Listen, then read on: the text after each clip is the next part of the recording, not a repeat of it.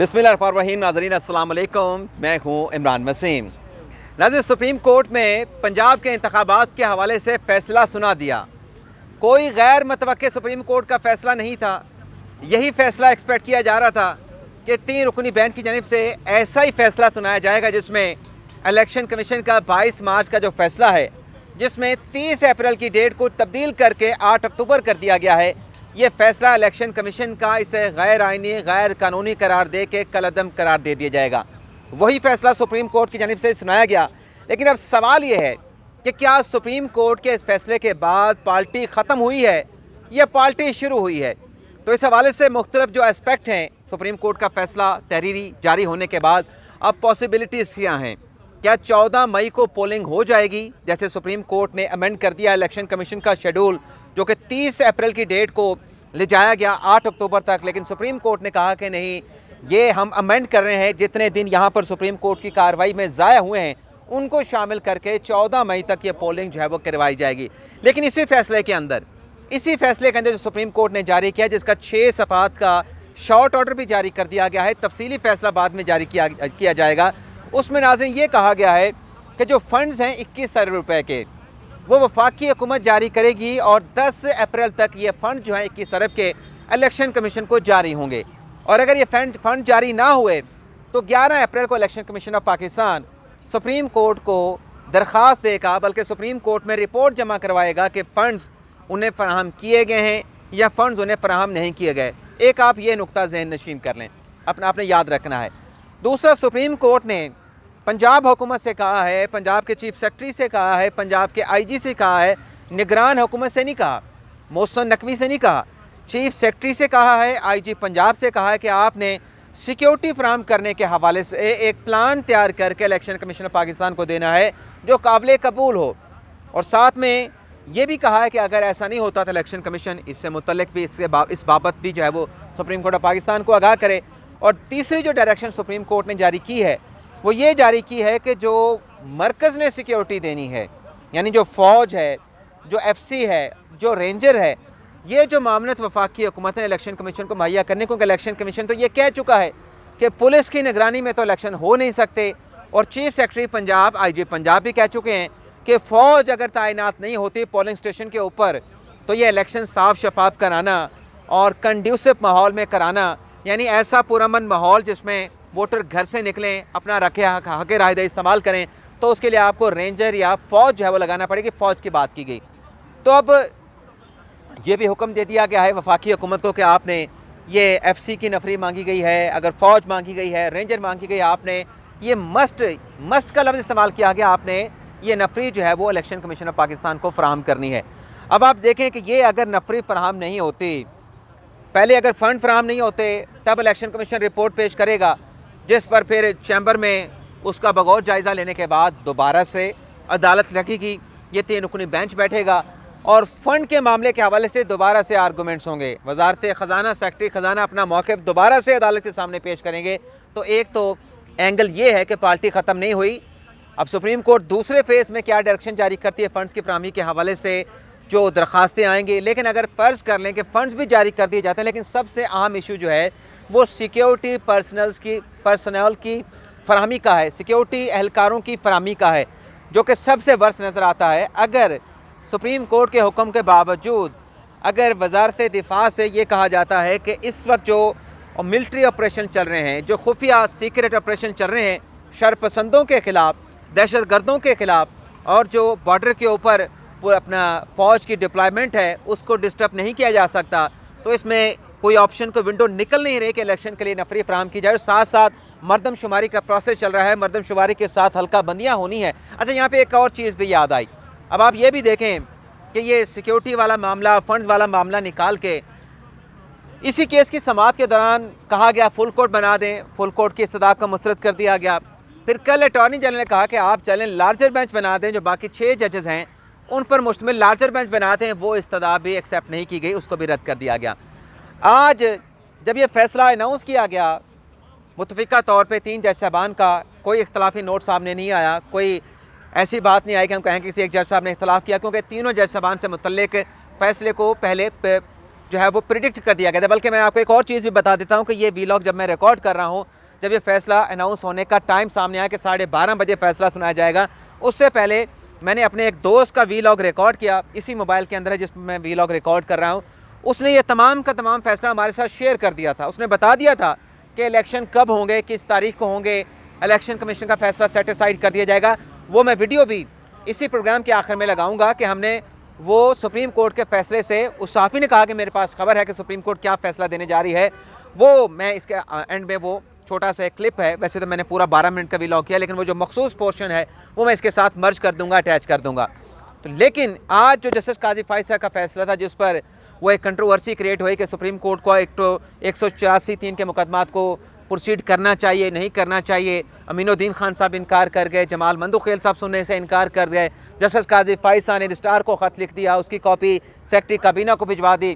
काबीना ने फैसला करके इशरत अली साहब को वापस बुला लिया, लेकिन चीफ साहब ने कहा कि नहीं, वो अपनी खिदमत जारी रखेंगे अब तक कि यही इतलात ज़राए की जन्म से दी गई हैं। लेकिन आप ये देखें, जो चीज़ आपके साथ शेयर करने जा रहा हूँ, कि वफाकी हुकूमत कहती रही, प्रिंसिपल लॉ ऑफिसर कहता रहा, वो ये कहता रहा कि आप लाचर बेंच बना दें, अदालत ने बात नहीं मानी।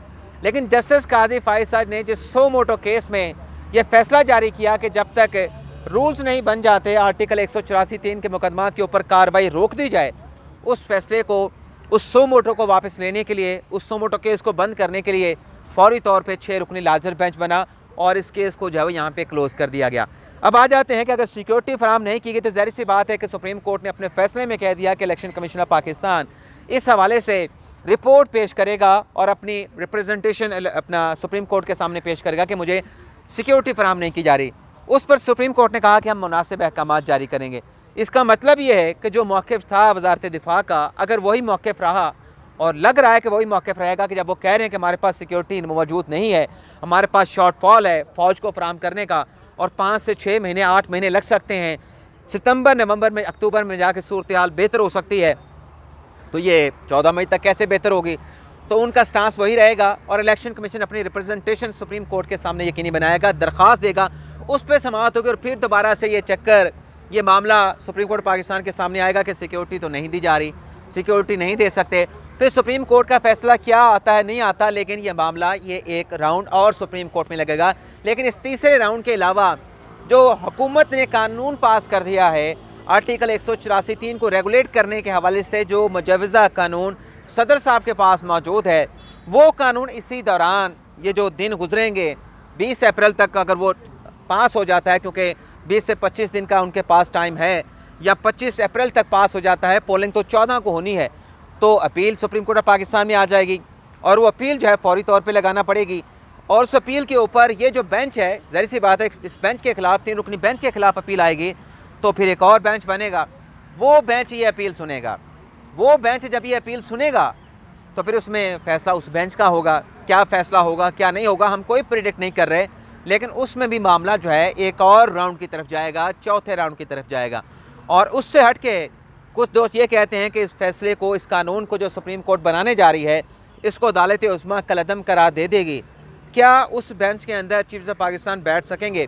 क्योंकि उसमें चीफ जस्टिस पाकिस्तान के जो वन मैन शो का लफ्ज़ इस्तेमाल किया जस्टिस मंसूर अली शाह साहब ने अपने फ़ैसले में, क्या उनके इख्तियार को अगर रेगुलेट किया जा रहा है तो क्या वो जज साहबान, चीफ जस्टिस ऑफ पाकिस्तान उस बेंच में बैठ सकेंगे? ये बड़ा अहम सवाल होगा।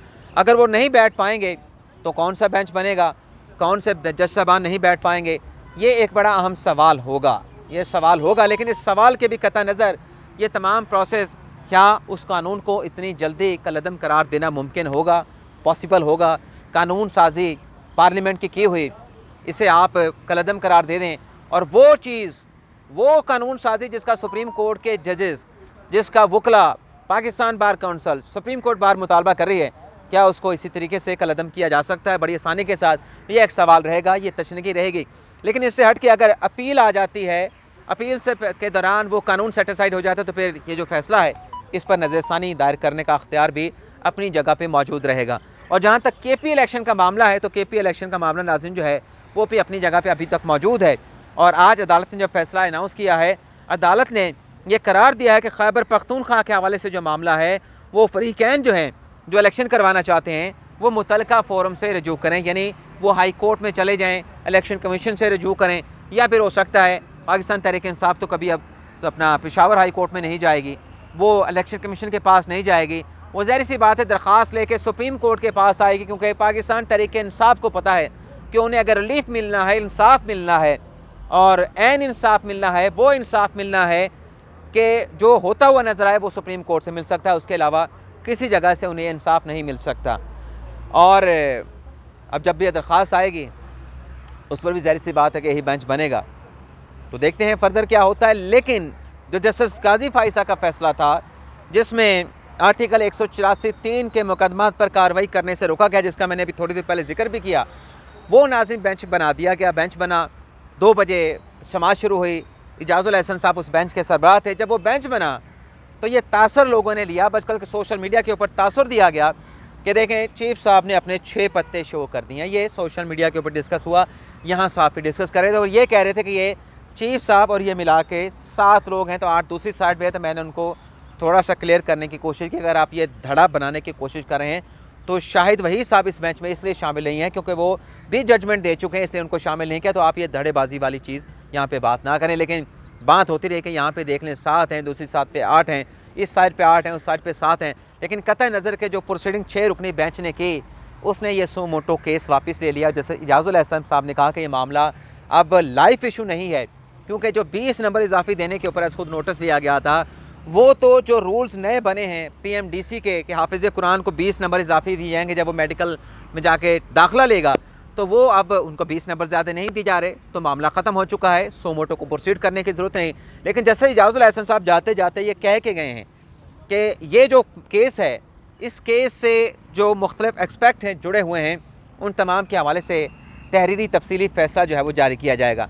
आपसे इजाज़त चाहते हैं, लेकिन अभी आपने जाना नहीं। वो जो पोर्शन है हमारे पिछले वीलॉग का जिसमें हमारे एक साफ़ी दोस्त ने कहा कि फ़ैसला क्या आ रहा है, वो भी आपके साथ आपने सुनना है। मैं इजाज़त चाहूँगा, लेकिन इलेक्शन कमीशन का वो जो फैसला है ना कि इलेक्शन 8 अक्टूबर को होंगे, वो कलअदम होता दिखाई दे रहा है, वो सेट असाइड होता दिखाई दे रहा है, क्योंकि बड़ा वाज़ेह 22 मार्च का फैसला है। इलेक्शन कमीशन ने ना 22 मार्च वाला फैसला है, 22 मार्च वाला कि इलेक्शन 30 अप्रैल के बजाय 8 अक्टूबर को होंगे।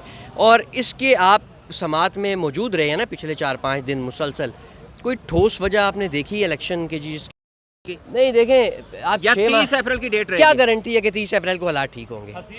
नहीं 8 अक्टूबर को, सॉरी 8 अक्टूबर को क्या गारंटी है कि हालात मुख्तलिफ होंगे, ठीक होंगे या बेहतर होंगे? 30 अप्रैल को इलेक्शन करवाने जा रहे हैं। नहीं 30 अप्रैल तो अब हो नहीं सकते ना। ये जो 22 मार्च को आया था कमीशन का फैसला, 22 मार्च से लेके आज हो गई आपके 4 या 5 हो गए, ये 15 दिन भी तो ज़ाया हुए ना। इस दौरान जो प्रोसेस चल रहा था, इलेक्शन का प्रोसेस होता है, जब डेट आती है वो सारा रुक गया है। तो अब ये जो 15-20 दिन 25 दिन अब ज़ाया हो गए, ये दोबारा तो अब जाहिर है देंगे उनको और ये सारा टाइम तो होगा। 30 को तो नहीं हो रहे, लेकिन 30 से करीब करवाने की कोशिश की जाएगी। देखें कोई